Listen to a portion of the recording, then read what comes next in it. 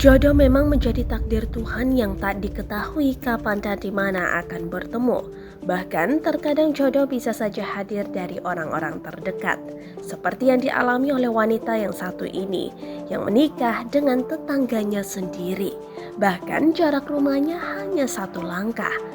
Momen pernikahannya pun viral di media sosial. Dilansir dari tribunnews.com, video pernikahan yang diketahui di Madura, Jawa Timur ini pun dibagikan oleh akun TikTok @aulia_muslimah_wedding dan viral.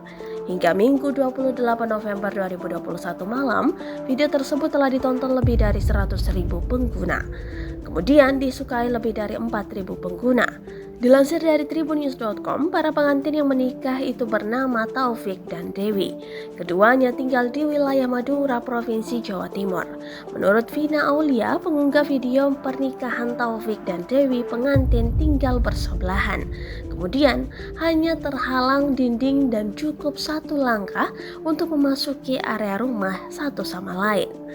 Rumahnya cuma beda satu tembok saja, tuturnya kepada tribunnews.com pada Minggu 28 November 2021. Lebih lanjut, Vina menjelaskan acara pernikahan yang digelar dijadikan satu, mulai dari akad nikah, lamaran, resepsi, dan unduh mantu.